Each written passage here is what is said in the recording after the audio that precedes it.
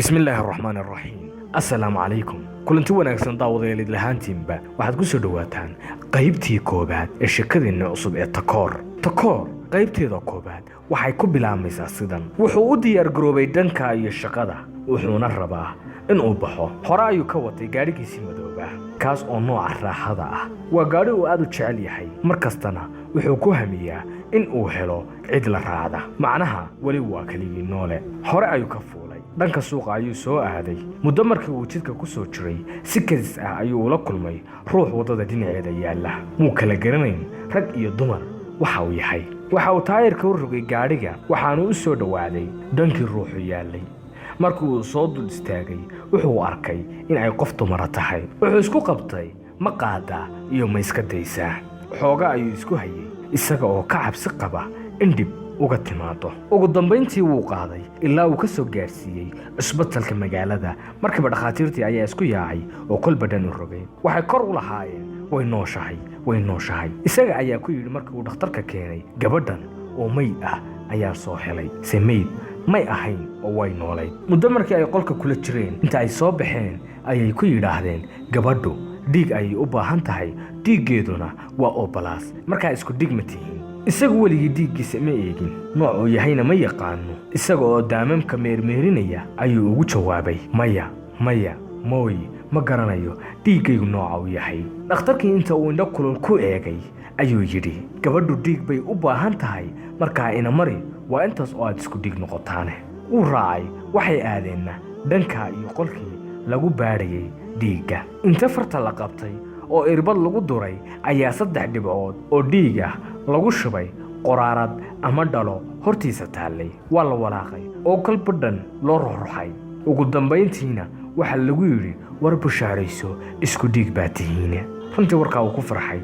dhiiggiina waa laga shubay oo inta irbadtii geela la moodo la xuluuliyey ayaa dhiig badan laga shubay. runtii aad ayuu ula yaaban yahay arrinka meesha ka socda, sababta oo ah ma yaqaan cidda dhiigga uu u shubayo, cidda ay tahay, halka ay ka timid iyo waxa ay qabto toona. laakiin wuu iska caawinayaa bila'aadantinimo awgeed. muddo 2 saac markii qolka lagula jiray dhakhtarkii ayaa u yimi waxaanu u sheegay in laga rabo lacag dhan $50. waaba yaabay. ilaa hadda ma garanayo wuxuu sameeyo. qasab ayay ku noqotay inuu bixiyo. waxa kale oo lagu amray inuu halkan joogo oo aanu dhanna uga tegin ilaa bukaanku ka soo kacayo ehelkiisana helayo. taasi shardi adag ayay ku noqotay, balse uu iska dulqaatay oo dib uma arkayn inkasta oo ay fajiciso ku ahayd. muddo kadib waxaa loo oggolaaday in uu u galo oo soo arko.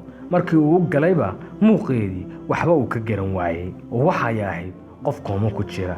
waxaa ku xidhnaa qalabka oksijiinta.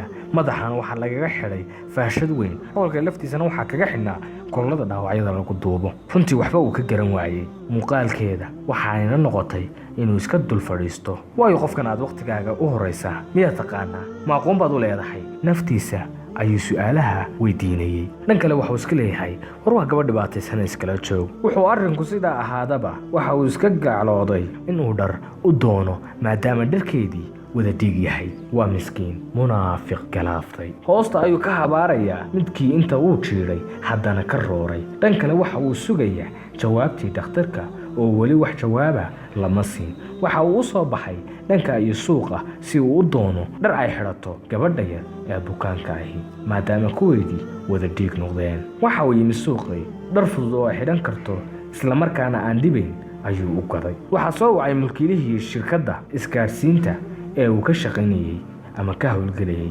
waxaanu ku yidhi war maad nin weyn ahayn, xilligan xaggaad ku maqan tahay? sidaad tahay niyo? wax dhintay oo aan xishoonayn ayaa tahay. noo keen faylashii aanu kugu dirnay, adigu iskaba maqnow haddaad doontee. waxa uu go'aansaday inuu faylasha u geeyo maamulaha oo shaqadana iskaga tago.